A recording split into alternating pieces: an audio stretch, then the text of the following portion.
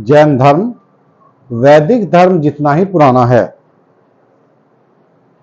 भारत में जैन धर्म पहला धर्म था जिसने वेदवाद, कर्मकांड का विरोध किया, जाति प्रथा और समानता, वर्ण व्यवस्था का विरोध किया, जाति प्रथा का विरोध किया और समानता का समर्थन किया। यह पहला धर्म था जिसने ये नीति अपनाई। बाद में अन्य धर्मों ने भी ये नीतियां अपनाई। पहले जैन धर्म को निग्रंथ के नाम से जाना जाता था। निग्रंथ जैन धर्म के प्रवर्तक, संस्थापक या प्रथम तीर्थंकर ऋषभदेव थे। ऋषभदेव का उल्लेख हमें वेदों में भी मिलता है। वेदों में ऋषभदेव और अरिष्टिनेमि, इन दो तीर्थंकरों का उल्लेख हमें वेदों में भी प्राप्त होता है। ऋषभदेव को विष्णु और भागवत पुराण में नारायण का अवतार बताया गया है, यानी कि वैष्णव धर्म से इनकी समानता स्थापित की गई है। जैन धर्म के 23वें तीर्थंकर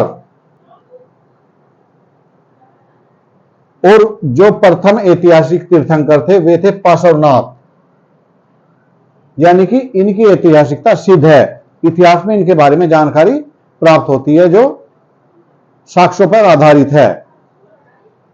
ये काशी के राजा अश्वसेन के पुत्र थे और 30 वर्ष की आयु में इन्हें वैराग्य प्राप्त हुआ और इन्होंने संन्यास ग्रहण किया।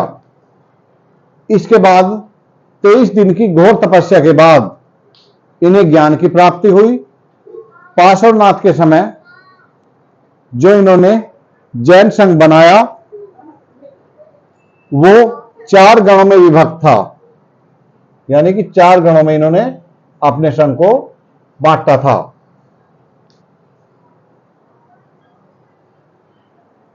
इसके सबसे महत्वपूर्ण और सबसे तीर्थंकर जैन धर्म के जो हुए वे थे महावीर स्वामी, जिनका वास्तविक नाम वर्धमान था। वर्धमान, इनका जन्म 599 ईसा पूर्व में वैशाली के निकट कुंडग्राम में हुआ था। इनके पिता सिद्धार्थ ज्ञात्रक क्षत्रियों के संघ के प्रमुख थे और ये वज्जी संघ जो था उनके संघ का प्रमुख एक गण था। इनकी माता त्रिशला, जिसे विदेह दत्ता भी कहा जाता है, विदेह दत्ता, ये वैशाली के लिच्छवी प्रमुख चेटक की बहन थी। चेटक की बहन थी। इनकी पत्नी कुंडिन्य गोत्र की यशोदा थी। इनका बचपन सुख सुविधापूर्ण बीता था। क्योंकि ये राजघराने से संबंधित थे, इसलिए इन्हें विभिन्न तरह की विद्या, कला आदि की शिक्षा प्रदान की गई। शादी के बाद इनको एक पुत्री प्राप्त हुई या पुत्री का जन्म हुआ, जिसका नाम अणोज्जा या प्रियदर्शना था। इनके बड़े भाई नंदीवर्धन थे, क्योंकि जब तक सिद्धार्थ 30 वर्ष के हुए इनके पिता का देहावसान हो चुका था, वे स्वर्गवासी हो चुके थे और इनके बड़े भाई नंदीवर्धन शासक बने और इनकी आज्ञा से ही सिद्धार्थ ने, वर्धमान ने इनकी आज्ञा से ही संन्यास ग्रहण किया।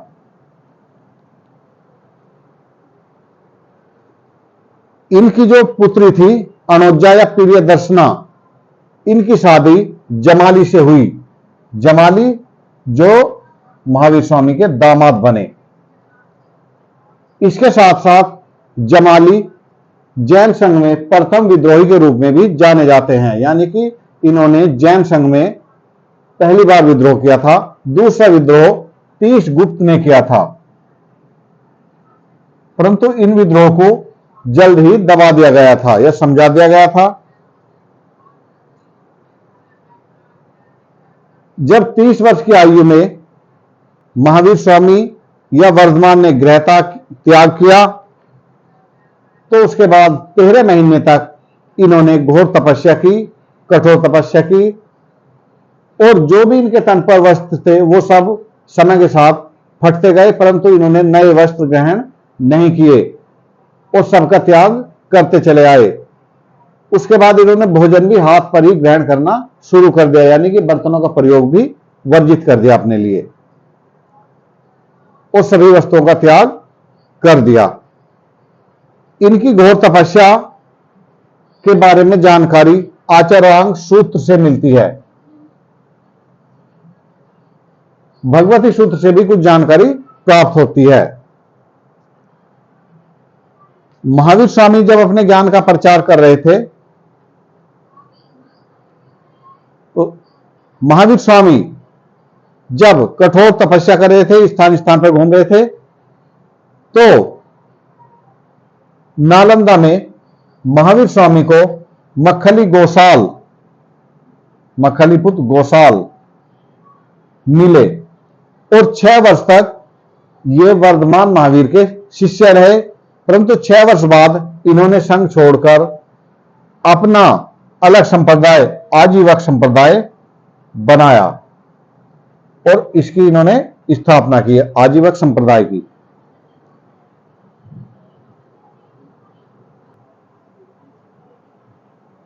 बारह वर्ष की घोर तपस्या के बाद जाम्बिक ग्राम के समीप रिजुपालिका नदी के तट पर साल वृक्ष के नीचे वर्धमान को केवल्य, यानी कि सर्वोच्च ज्ञान, केवल्य का मतलब होता है सर्वोच्च ज्ञान की प्राप्ति हुई और वो केवलिन कहलाए, क्योंकि उन्हें सर्वोच्च ज्ञान प्राप्त हुआ। इसके अलावा महावीर स्वामी के और भी नाम हमें मिलते हैं, जैसे कि इंद्रियों को जीतने के कारण वे जिन कहलाए, वो योग्य थे इसीलिए वे अरहंत कहलाए। बंधन रहित थे, यानी कि उन्हें किसी प्रकार का कोई बंधन नहीं था, सारे बंधन उन्होंने उतार फेंके थे, इसीलिए वो निग्रंथ कहलाए। अतुल पराक्रम दिखाने के कारण वो महावीर कहलाए। बौद्ध ग्रंथों में महावीर स्वामी का नाम निगंठनाथपुत्र मिलता है।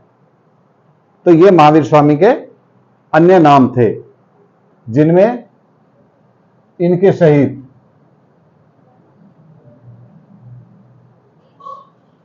महावीर स्वामी,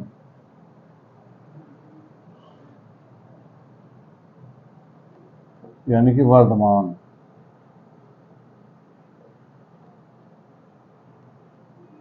ये भी इनका नाम था, ये भी नाम था, ये भी नाम था, ये भी नाम था और ये भी नाम था। ये इनके नाम थे। महावीर स्वामी क्योंकि राजघराने से संबंधित थे, इसीलिए उन्हें अपने धर्म के प्रचार करने में किसी प्रकार की कोई कठिनाई नहीं हुई। उनके मामा लिच्छवी कुल के या गणराज्य के प्रधान थे चेटक, और उनकी रिश्तेदारी अनेक राजघरानों के साथ थी, तो इसीलिए उन सभी में महावीर स्वामी का स्वागत हुआ। चेटक की रिश्तेदारियों में स्वयं चेटक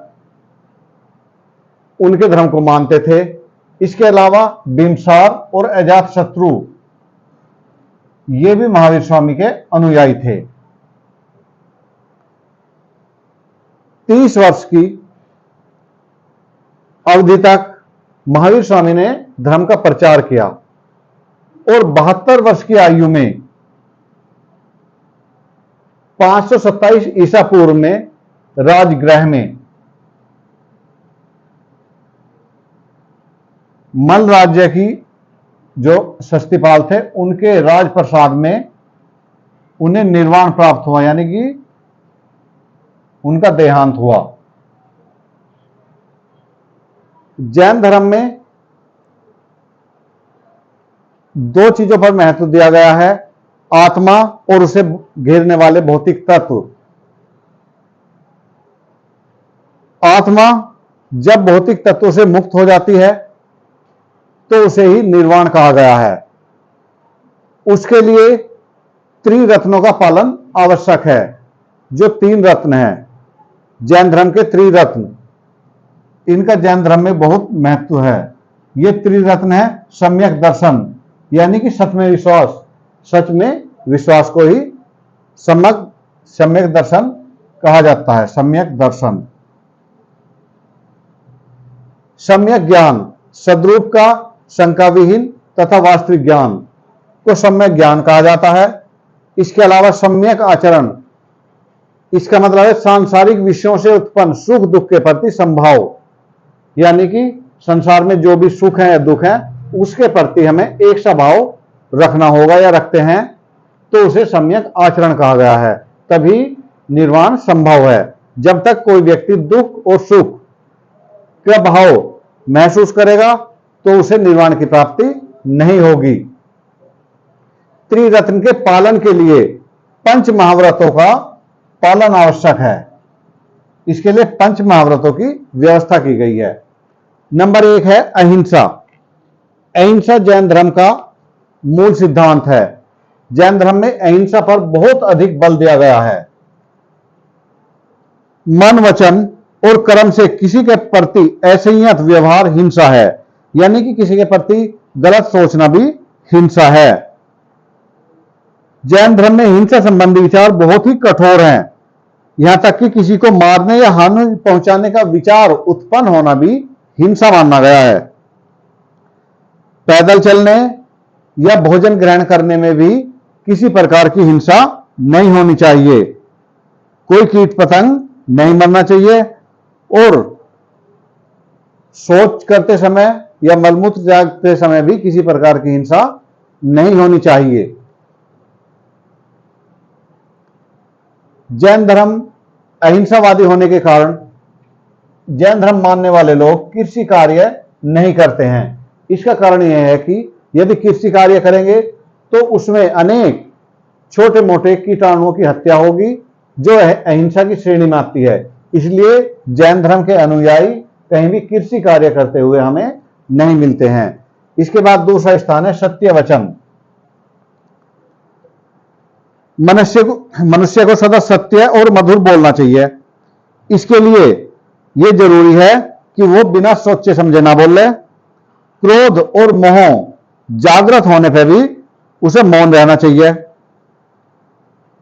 और भय या हास्य विनोद यानी कि मजाक में भी उसे असत्य नहीं बोलना चाहिए, यानी कि पूर्ण रूप से सत्य वचन का पालन करना चाहिए। तीसरा है अस्तेय। इसके अंतर्गत बिना अनुमति के किसी की वस्तु को ना तो ग्रहण करना चाहिए और ना ही उसकी इच्छा करनी चाहिए। इसके अलावा बिना किसी की अनुमति के किसी के घर में प्रवेश नहीं करना चाहिए और ना ही वहां पे निवास करना चाहिए और ना ही किसी वस्तु को ग्रहण करना चाहिए। इसके बाद है अपरिग्रह। भिक्षुओं के लिए किसी प्रकार के संग्रह की प्रवृत्ति वर्जित है, यानी कि भिक्षु लोग किसी प्रकार का कोई संग्रह नहीं कर सकते हैं। उनका जीवन निर्लिप्त होता है। किसी से लगाव, किसी वस्तु, मनुष्य या जीव जंतु से कोई लगाव नहीं होता है और किसी प्रकार का संग्रह वो नहीं कर सकते हैं, चाहे वो धन के रूप में हो, जमीन के रूप में हो या अन्य वस्त्र आदि या खाद्य पदार्थ के रूप में हो। सभी का संग्रह वर्जित है। पांचवा व्रत है ब्रह्मचर्य। ब्रह्मचर्य पूर्ण रूप से ब्रह्मचर्य का पालन भिक्षुओं के लिए अनिवार्य था। इसके लिए वे किसी नारी से वार्तालाप नहीं कर सकते थे, उसे देख नहीं सकते, उससे संसार का ध्यान नहीं कर सकते। इस तरह की व्यवस्था की गई थी। ये जो पंच महाव्रत हैं, ये जैन धर्म के भिक्षुओं के लिए तो कठोर हैं, परंतु गृहस्थों के लिए इनमें नरमाई बरती गई है, कुछ ढील दी गई है। और जब गृहस्थों के लिए ये विचार लागू होते हैं पंच महाव्रत, तो इन्हें अनुव्रत कहा जाता है, अनुव्रत। और इसमें जो 5वां महाव्रत था, ये महावीर स्वामी द्वारा जोड़ा गया था।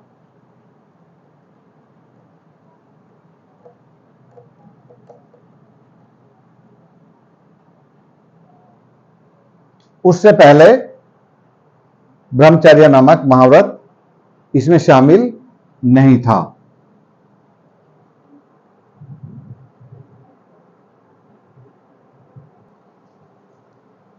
कायाक्लेश जैन धर्म का महत्वपूर्ण सिद्धांत है। जैन धर्म में कठोर तपस्या पर बहुत अधिक बल दिया गया है, और कठोर तपस्या यहां तक पहुंची है कि उपवास द्वारा शरीर त्याग कर दिया जाता है। एकांत में बैठकर तपस्या में लीन होकर व्यक्ति खाना पीना छोड़ देता है और वो अपना शरीर त्याग देता है। यह जैन धर्म में बहुत पुण्य का काम माना जाता है, एक तरह से आत्महत्या है। चंद्रगुप्त मौर्य, जो मौर्य साम्राज्य के संस्थापक थे, उन्होंने भी स्वर्ण बेलागोला में इसी तरह कायाक्लेश के द्वारा मृत्यु का वर्ण किया था।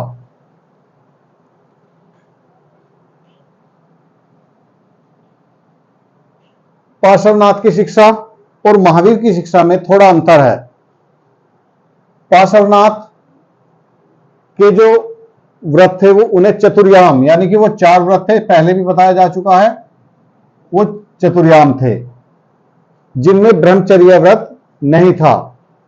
इसके अलावा पार्श्वनाथ वस्त्र धारण के विरुद्ध नहीं थे, उनका मानना था कि वस्त्र धारण किया जा सकता है, करना चाहिए।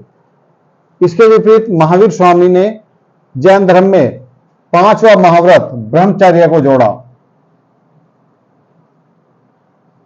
ब्रह्मचर्य को जोड़ा, और वे वस्त्र धारण के विरुद्ध थे। वे पूरी तरह मोह माया से दूर रहकर, आसक्ति से दूर रहकर निवस्त्र रहने को प्राथमिकता देते थे। इससे सांसारिक मोह माया से मुक्ति मिलती है, उनका ऐसा मानना था। ये दोनों की शिक्षाओं में अंतर है। जैन धर्म के अनुसार संसार 6 तत्वों से मिलकर बना है। नंबर 1 जीव, नंबर 2 पुद्गल या भौतिक तत्व, नंबर 3 धर्म, नंबर 4 अधर्म, नंबर 5 आकाश, नंबर 6 काल। इन चीजों से मिलकर संसार बना है। जैन धर्म में आत्मा को सर्वव्यापी माना गया है, जो अजर है, अमर है, सभी वस्तुओं में विद्यमान है, जैसे ईंट, पत्थर, मकान, कुर्सी, मेज आदि में भी जैन धर्म वाले आत्माओं को मानते हैं। जैन धर्म में 5 प्रकार के ज्ञान का उल्लेख हमें प्राप्त होता है। नंबर 1 इंद्रिय जनित ज्ञान, यानी कि जो इंद्रियों से हमें प्राप्त होता है उसे मति कहा गया है। जो ज्ञान हम सुनकर प्राप्त करते हैं उसे श्रुति कहा गया है। जो दिव्य ज्ञान होता है अलौकिक, उसे अवधि कहा गया है। अन्य व्यक्ति के मन मस्तिष्क की बात जान लेने को मन पर्याय कहा जाता है। और सर्वश्रेष्ठ ज्ञान जो होता है उसे केवल कहा जाता है। यह ज्ञान केवल निग्रंथों या तीर्थंकरों को ही प्राप्त होता है। सामान्य व्यक्ति, भिक्षुक को यह ज्ञान प्राप्त नहीं होता है। इसके अलावा ज्ञान के 3 स्रोत माने गए हैं। नंबर 1 प्रत्यक्ष, नंबर 2 अनुमान, और नंबर 3 तीर्थंकरों के वचन।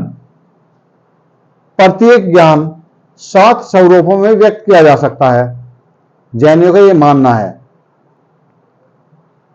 यानी कि एक ज्ञान के 7 स्वरूप होते हैं। नंबर 1 है, नंबर 2 नहीं है, नंबर 3 है और नहीं है, नंबर 4 कहा नहीं जा सकता, नंबर 5 है किंतु कहा नहीं जा सकता। नंबर 6, नहीं है किंतु कहा नहीं जा सकता। और नंबर 7, है, नहीं है और कहा नहीं जा सकता। इस ज्ञान को या इस ज्ञान के 7 स्वरूपों को सप्तभंगी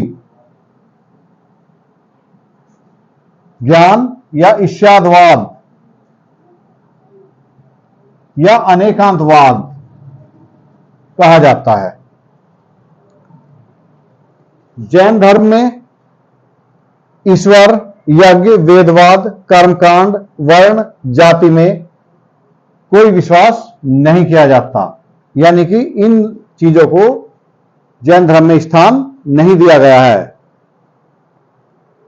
इसके अलावा जीवन का अंतिम लक्ष्य जैन धर्म के अनुसार निर्वाण की प्राप्ति है। निर्वाण का अर्थ है अब हम अपने संचित कर्मों के जो दुख हैं उनसे मुक्ति पा जाएं और आवागमन के बंधन से मुक्त हों। जैन धर्म पुनर्जन्म, कर्मवाद में विश्वास करता है। पुनर्जन्म और कर्मवाद में विश्वास करता है।